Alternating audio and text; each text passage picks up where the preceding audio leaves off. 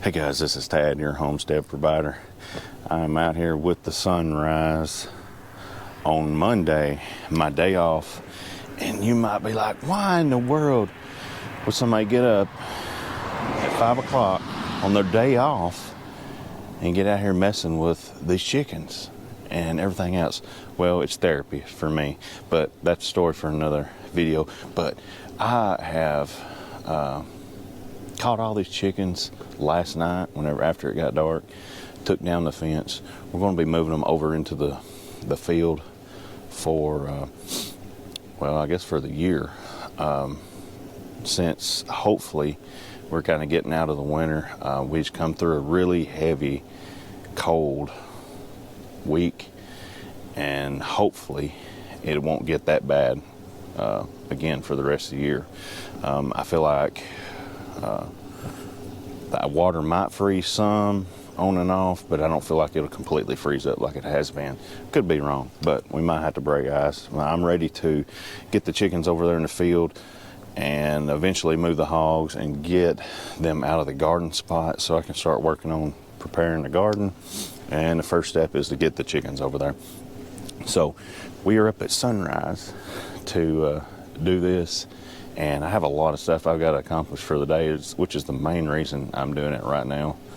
I got to go to Alabama and get some feed and go to a new feed place down there, try that out. And anyway, I just got a lot of stuff to do today. So we are doing this super early.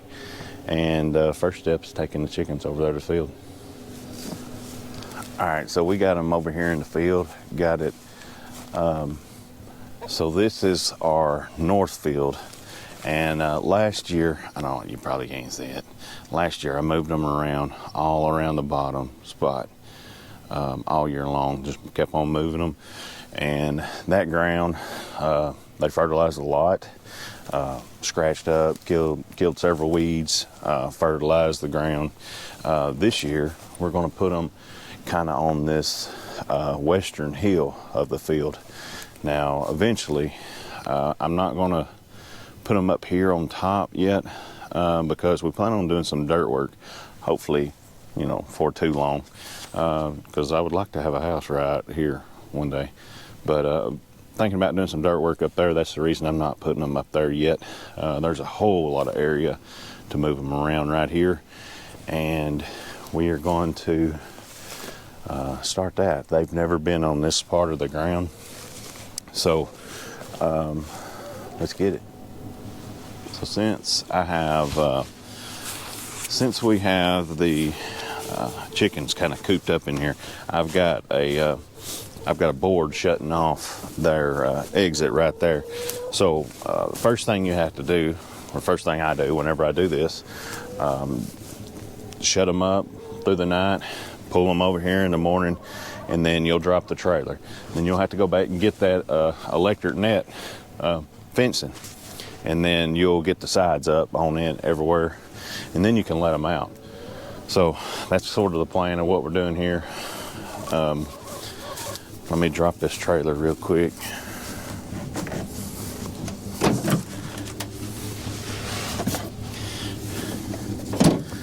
If I can, I might have to move around a little bit. I don't know if that dolly's gonna work right here. Let's look. Yeah. Yeah, I can get it in right here. Of course, I filled up this 55-gallon drum last night, this one right here, with water, so it's really heavy right there on the tongue of that trailer. Now, given that we're on a hill, I have to scotch the tires with just some wedges. So I'm gonna put them under the wheels of this trailer, so it won't roll down the hill whenever I unhook it. That'd be pretty terrible.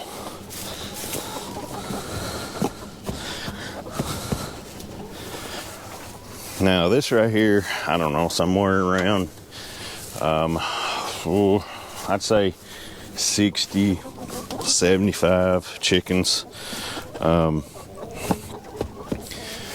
they're working on being 2 years old. So we're going to have to phase them out and get some more. And I'm actually in the process of doing that. I already have about 25 blue layers in the brooder right now, and we have a whole bunch of Rhode Island Reds coming. Some of them's going to be the kids, 4-H chickens, and then I went ahead and ordered a bunch more to replace these. The plan is to have two just like this, and I'm actually building one that I'm doing a video on right now, another coop. But plan is having two of these setups, and then get to where you just replace one every year. That way it kind of keeps them young, keeps them good and laying, because after about 2 to 3 years, the laying production on these chickens go down, and whenever you're selling them for trying to make a profit, a little profit, not much, a little profit, it doesn't make sense to keep an old chicken. So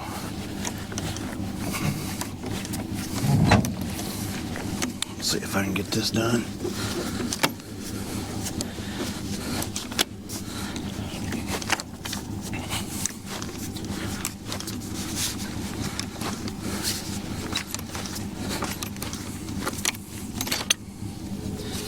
Now, we got the trailer unhooked.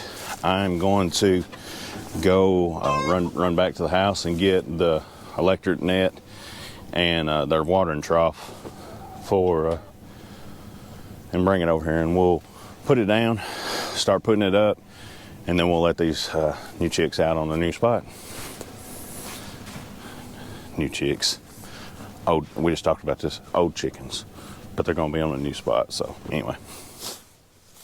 All right, so I got the electric netting in the truck. I've started putting one of them up over here. Now, if you ever think you need this stuff, it's great. I love it. Don't get me wrong. But I would highly recommend you get it in 100-foot sections. I think mine is 164 foot in one bundle. That's kind of hard to move around, and because this stuff bunches up and it's just a lot for one person to handle. Definitely recommend the 100-foot sections. This stuff's great, don't get me wrong, but I would recommend the 100-foot sections. Like I done said, it'd be easier on me. Anytime I buy some from now on, that's what it'll be.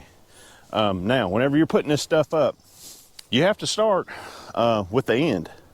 You definitely put that one in. From then on, you just pull it out, and then you start standing it up. Now, these ladies in this coop right here are ready to get out of this thing. So what I'm gonna do, I'm gonna put it on fast mode. I'm gonna put it all out, and then we're gonna stand it up in effort to, well, really hurry up. So that's what I'm fixing to do now. You're gonna see me running around, and then I will probably move the camera a little bit along, because there's no way for me to get the whole thing in this section. There's 3 of these 164-foot sections. I think it's 164. So we're going to spread them out and give them plenty of room to run. And I can tell you that they're definitely excited for the new ground. But let's get to it.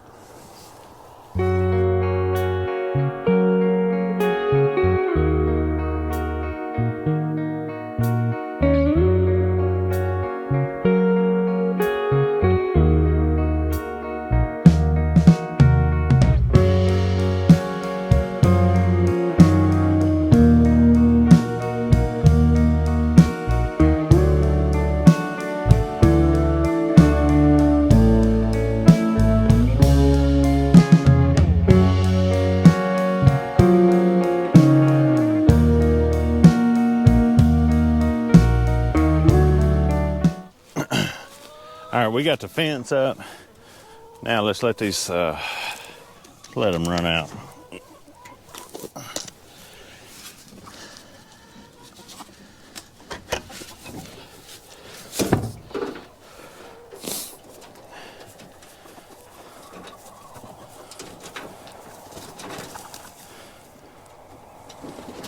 I found the feed already.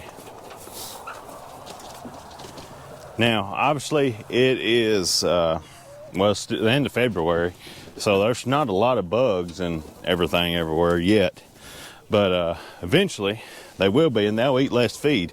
They will be scavenging this area for, well, every little bug that could be in here.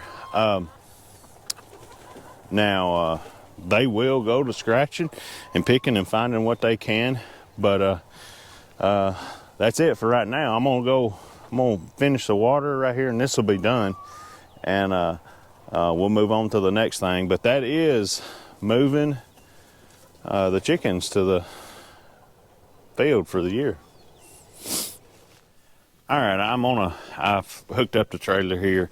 We are about to go get 2,100 pounds of feed in Hillsboro, Alabama. It's the first time I've ever been to this feed spot. I found it just a little bit cheaper, going just a little bit further. So it is going to save quite a bit of money. So we're going to go check it out, try it out, see how everything likes it. And that's what I'm fixing to do now. It's about a 2-hour trip down there and back, so it'll take me a little while to get back, but we will get back. And one other thing I haven't showed you yet, we ordered some chicks. I've had them a couple weeks. These are the Whiting Blues. Now, these are exclusively Murray McMurray chicks. They lay a blue egg, and they lay a lot. They lay about like I guess a Rhode Island red or black Garicana or black Australip. Not Aricana, I don't even know what I'm talking about. But I don't know, never had them. We're gonna try them out. But we got somewhere around 25 running in the brooder in here. But we're gonna check them out. Forgot I hadn't showed you that either.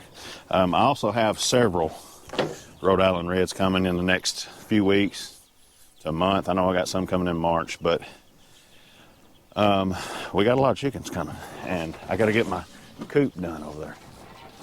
That's the coop I'm currently building and working on. Pretty excited about that. That's by far the best coop I've ever built. So we'll see how it goes. Alright guys, we're robbing at the bees right now.